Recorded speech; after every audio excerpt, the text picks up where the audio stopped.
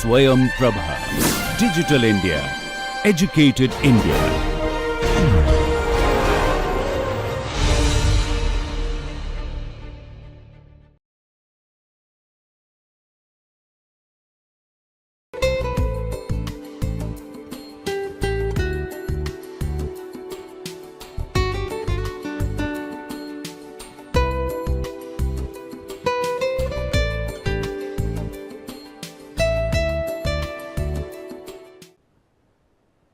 Welcome back to the class titled Strategic Communication for Sustainable Development. My name is Aradhna Malik, and I will be helping you with this course.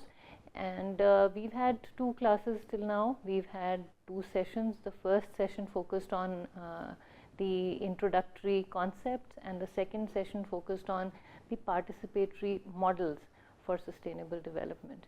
And now today in this particular session we will talk about how communication relates to development and how it relates to specifically to sustainable development. So that is what we will talk about in this lecture. Okay. Communication for sustainable development. How is communication related to sustainability?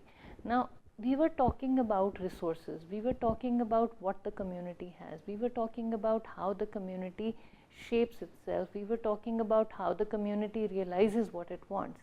Now, from that translation, from that understanding, the community shares whatever it has with the people who can and want to help the community become more comfortable for the people living in that community, and that is what development is.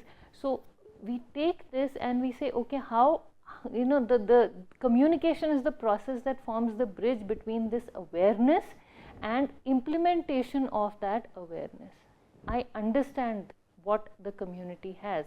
Now, when I talk to the community, communication is the medium through which these ideas are translated from a sense of awareness about the community to the function, to how whatever is there can be used by the community, okay, or translation of those resources into benefits for the stakeholders. We use resources to make our lives more comfortable, to enhance the quality of life we have, and that is what communication does. Dialogue facilitates development through conscientization. Conscientization is the process of developing a critical awareness of one's social reality through reflection and action. And this is from a paper by Rodloy Took, who discusses the Buddhist philosophy of sustainable development and communication, and it's a very nice paper. I will give you a reference, the entire reference, so you can look it up if you are able to do that. And it's an amazingly written paper that helps us understand how communication plays a role in sustainable development. The first thing that is talked about is how it alerts our consciousness, how our consciousness plays a role, or how dialogue helps, you know, how dialogue helps the awareness come about in our understanding of our social reality. So when we talk to others, when we discuss things with others, the awareness about what we are talking about comes in, and that process is facilitated through dialogue. You can go back and forth in your own mind about certain ideas, and you will still not be able to come to that rich a conclusion till you discuss those ideas with others. We have brainstorming sessions, we have discussions in class, something that somebody says stimulates something else in our minds. So we reflect through dialogue and the action, and dialogue facilitates this. You know, talking to others helps us bounce our ideas off of others, and that helps us come to a more enhanced awareness of what it is that we are dealing with in the community. The second benefit of dialogue sharing of ideas between two people is shared knowledge, creation of shared knowledge, which is created when insiders and outsiders of the community meet in an informal and interpersonal communicative context to achieve desirable development in the local area through knowledge generation, knowledge acquisition and knowledge sharing. Many people who want to make a difference to the community have never visited these communities. Many people who want to help communities have never really had a chance to sit down and understand what the community is all about. And I am a big proponent of immersion in the community. There is a lot of subliminal knowledge that we gain by just interacting with the community without any agenda, without any prior knowledge. So you go in and you just keep your eyes and ears open and listen and absorb the sights and sounds and smells of the community, and then let it all sink in from an outsider's perspective, and then share your interpretation of whatever it is that you have understood about the community with the people in the community, and an amazingly new kind of shared knowledge is created. So as insiders, we understand something about a community, and many times a lot of things that we tend to ignore as insiders are picked up by people who come from the outside. Okay, so I'll give you a very small example. It's irrelevant, but I'll still share it with you, and that's just about how communities sort of mingle and create shared knowledge. Now, I came to IIT Kharagpur in 2008. And I had never visited Bengal before this, the rural area in Bengal, and our campus is beautiful. So I came here and I started discussing things, and I used to enjoy long walks, and I started talking to my colleagues. And one day I remarked and I said, the birds here are so beautiful. In the morning when you go out for a walk, you hear these very nice sounds, all kinds of chirping and all kinds of colors you can see in the birds. And people who had been living here for many years, several decades, had not noticed this because it had become so much a part of their social milieu. And I said, I found this very nice looking flower, and they said, really, where? And I said, here. And they said, we see it every day, but it has never struck us how beautiful this is. Now, I had come here for the first time. I had never seen such a lush green walkable campus before this, and people who had lived here had taken this for granted, and they said, oh, it's dirty. And I mean, it's fine, it's part of our daily routine, there are lots of trees and lots of plants.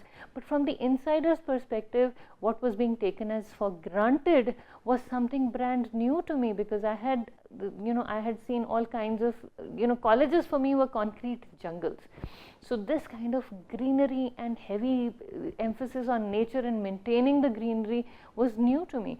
And so I'm just sharing this with you, so just to give you an idea of how we perceive the same thing differently. So you come in, you see things and you share this, and then we start realizing, we start becoming more and more alert to things around us. Similarly, when we talk to somebody, we say, okay, we've seen that so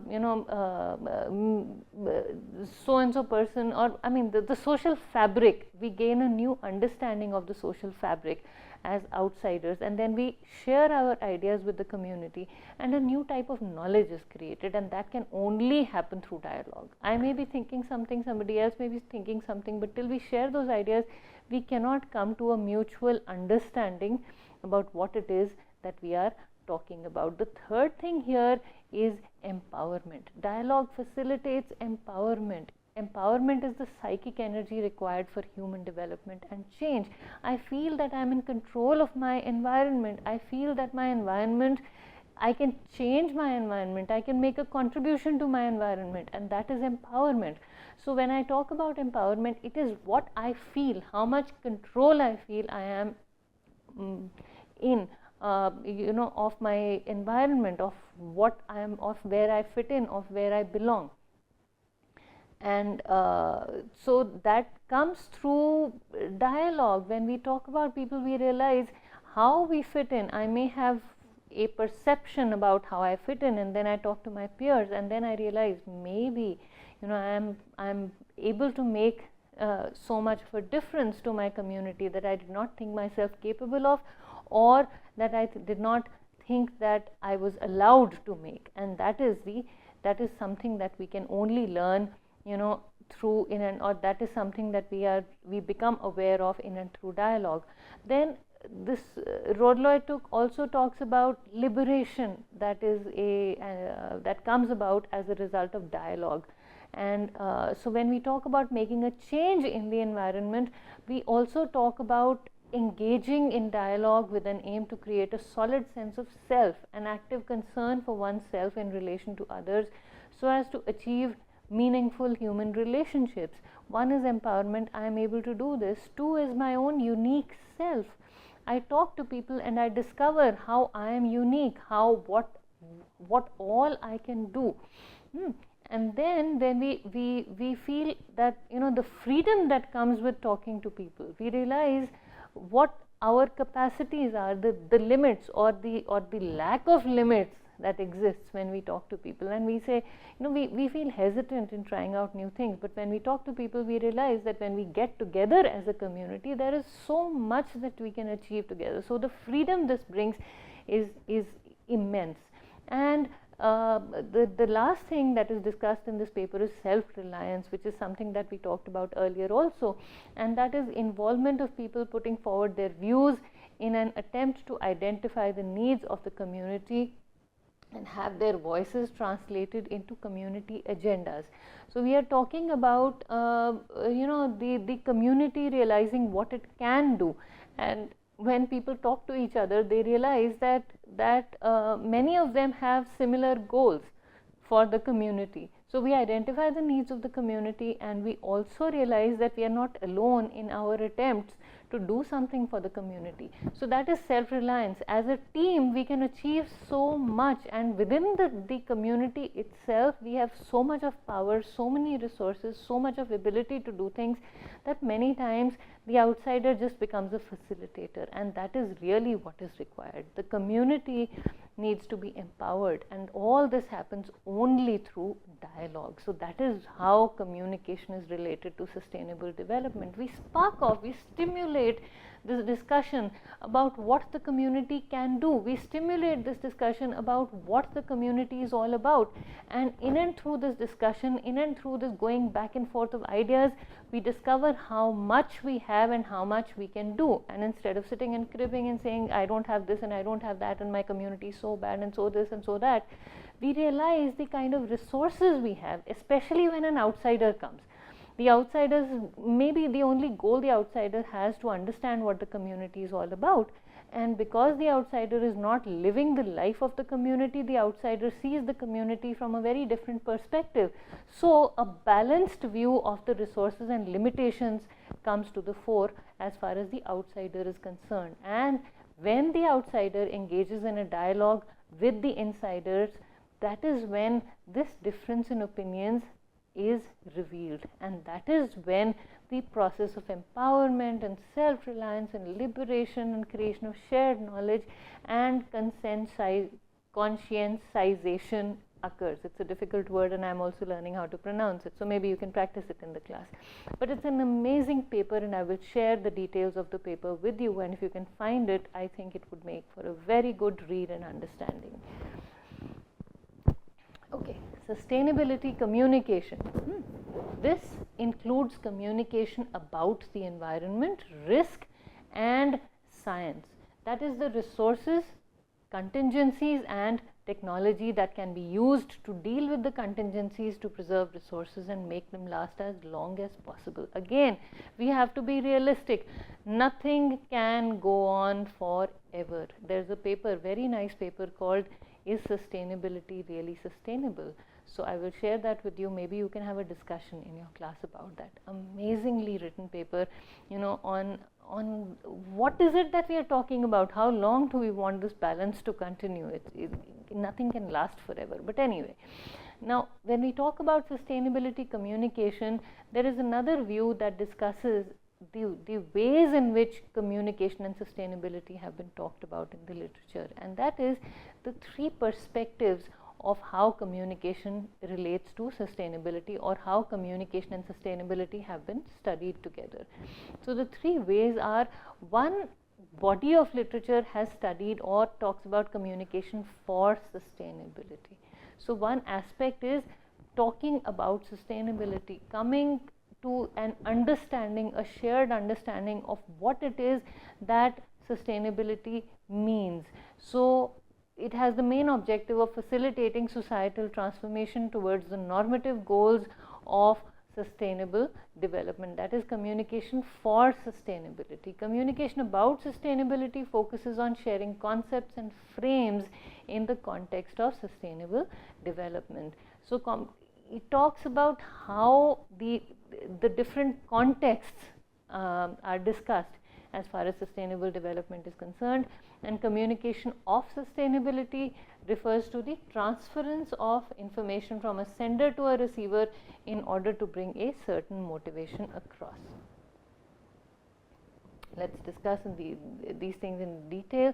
Communication about sustainability refers to a process in which information, interpretations and opinions regarding sustainability issues are exchanged and debated. We talk about sustainability, we discuss what sustainability means to us in different spheres. We talk about how we define sustainability, how we should define sustainability and why.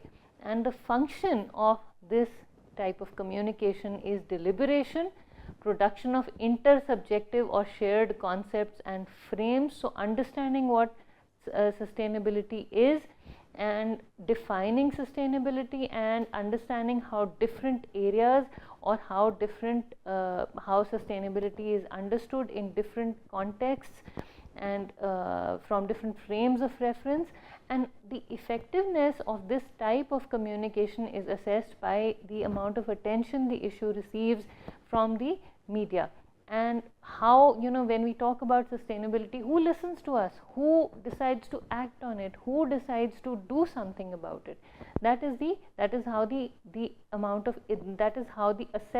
effectiveness of this type of communication is assessed. The second method of assessing effectiveness is who has access to the discourse and who influences the framing process, who decides how sustainability should be defined, who listens to these discussions, who understands how these discussions take place, who gets to contribute in this discussion, whose voice is heard, whose voice is not heard, whose definition eventually gets accepted as the most acceptable definition. Then the other method in which the effectiveness is assessed is the extent to which the discourse in one subsystem is compatible with discourses in other subsystems, and how likely it is to transfer important aspects from one subsystem to another, so that eventually action towards sustainable development can be taken. For example, the whole discussion about sustainability and sustainable development has been taking place with regards to the environment. We have been talking about how sustainability or sustainable development in the context of environmental development.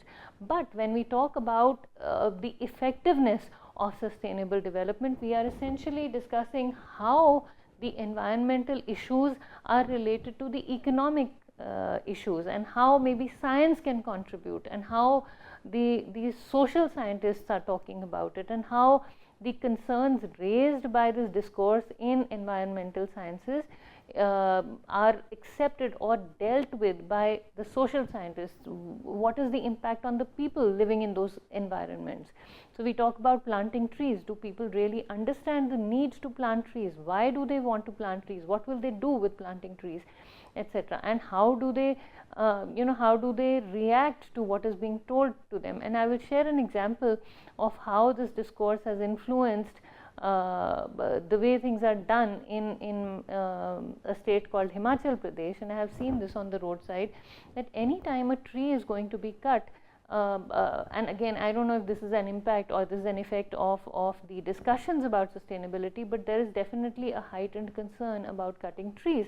Any time a tree is going to be cut, in many places I've seen that a pandit, a priest, comes and decides which day the tree is going to be cut, and then they tie this holy thread, a molly, around the tree, and then they pray to the tree for forgiveness for cutting it, and then the tree is cut. So if you're on a road, on a state highway, on any road in Himachal, and you see a thread tied around it, please understand that it's a marker in many places. Not a place where, of course, you have these little threads tied on branches, but if it's tied around the lower part of the trunk, it means that the tree is going to be cut, and the people who are going to cut it are asking the tree for forgiveness.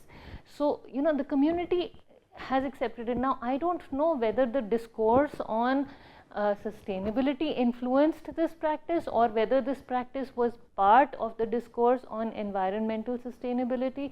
Again, the historians and the people working in that region would be able to tell you more about it. So, community, the community and the environment and the different people talking about sustainable development efforts need to work in tandem with each other, and the effectiveness of communication about sustainability is assessed by how the ideas of one aspect of sustainability how the discussion about sustainability in one science or one field translates into another. So, a scientist will have something else to say, and the social scientist will perceive it in a different way and implement it, apply it, understand it in a different way, and that is how the effectiveness is assessed. The second type of discussion on sustainability focuses on the primarily monodirectional sender-receiver flow of communication, where the sender pursues a certain objective of communication. And here this is mostly about the experts and non-experts. So, we talk about sustainability, we talk about the way sustainability efforts need to be implemented, and the functions here are, or the functions of this type of discourse or this type of communication are to inform and educate individuals and to achieve some type and level of social engagement and action. So, one is talking about sustainability, coming to a shared understanding. The second is, there is this clear distinction between experts and lay persons. We are talking about community, we are talking about global warming, we are talking about environmental sustainability, we are talking about sustainability of the social fabric. We will tell you how to live your lives. So, and we'll do it through different ways. It could even be participative, but still there is a distinction between the experts and the lay persons who engage with the community depending on the needs of the community, and that is the communication of sustainability. We let the community know that something is required. We generate the need, we identify their needs, then we tell them that here is where we fit in, here is where our level of expertise fits in.